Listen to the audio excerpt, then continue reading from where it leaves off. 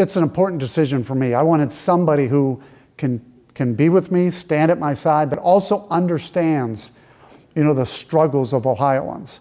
And Joe Knopp is that person.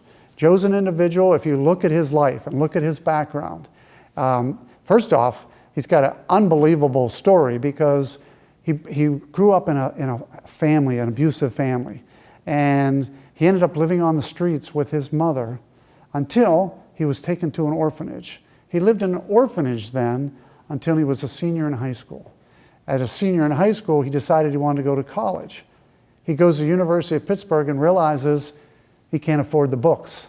So he drives down to the Air Force and applies and joins the Air Force. He then spends 6 years serving our country. And during that time, he gets his college education. What you have is two outsiders, two people who have started from nothing, built businesses, understand what it means to make payroll, but at the same time, don't have that 65 years or 66 years of baggage that the current governor and lieutenant governor have, where all they know is what they've learned being in politics. And what's Cleveland's greatest asset? The lake. We should be using that asset, whether it's for transportation, whether it's for recreation, all of those things that can be done. I mean, I've often said, why are we wasting an airport on the lake? That's one of the greatest assets. So as governor, Jim Renacci would be working toward, I know there are a lot of private people that use that airport, but I've had my pilot's license. The Cuyahoga County Airport's not that far away. Let's figure out a way to transform that asset into something that can even make Ohio greater. So how do we get people to come here?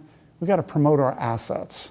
And that's what we haven't done. So Cleveland's one of them. Cleveland, you said it, the greatest asset is this lake, and we should be promoting it. Do you support wind power on Lake Erie as an economic asset? Look, I support all the above, but I'm not too certain. I want to support wind and solar, especially right here on the lake when I want to use the lake for transportation and movement. I think we have the opportunity to build these ports up. We have the opportunity through the St. Lawrence Seaway to maybe make even Lake Erie a port and transportation services. That's what we should be doing.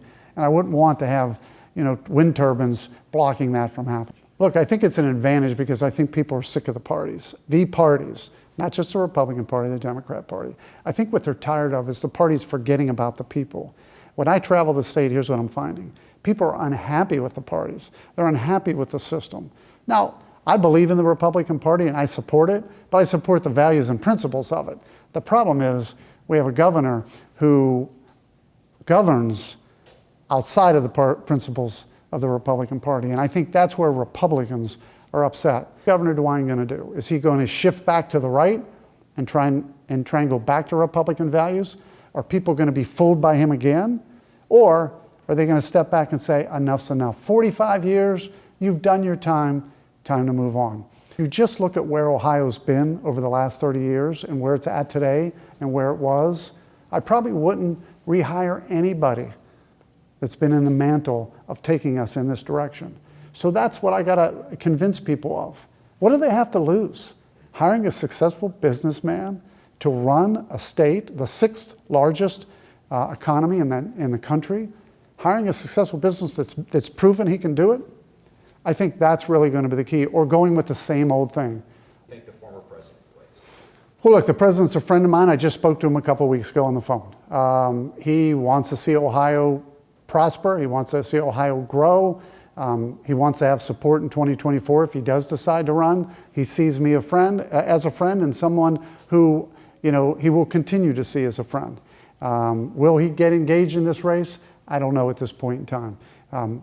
But I can tell you, he doesn't want Ohio to continue to fall the way it's falling. And he wants to have somebody who's going to step up and support him. And the one thing he will never forget is that when nobody else was supporting him in 2016, Jim Renacci was down at the IX Center endorsing him. I think we got to give people the opportunity to make their own decisions. We got to give them the information, but we can't tell them. We can't have a governor saying you can't go to church anymore.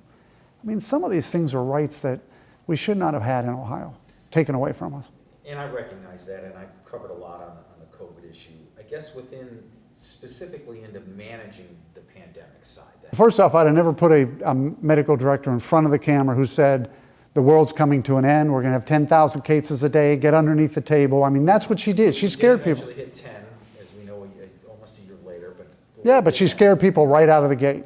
She scared people right out of the gate, and that was a problem. I mean, I had people concerned about their livelihoods, their lives.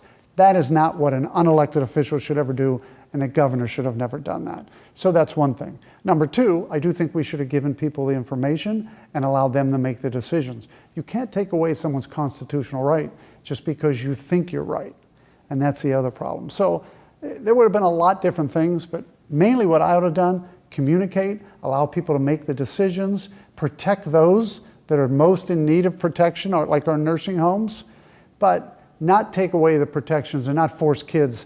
The biggest concern I have is the loss of what our children lost by being out of school for an entire year.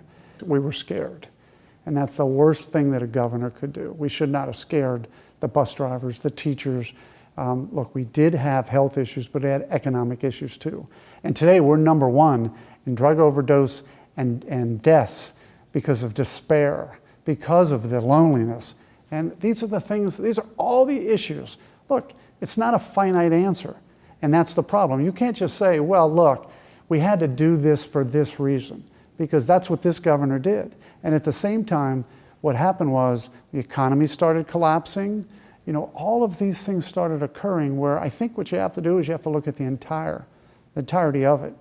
So I would have done things totally different in the sense that, yes, I would have said, we have health issues, we have economic issues.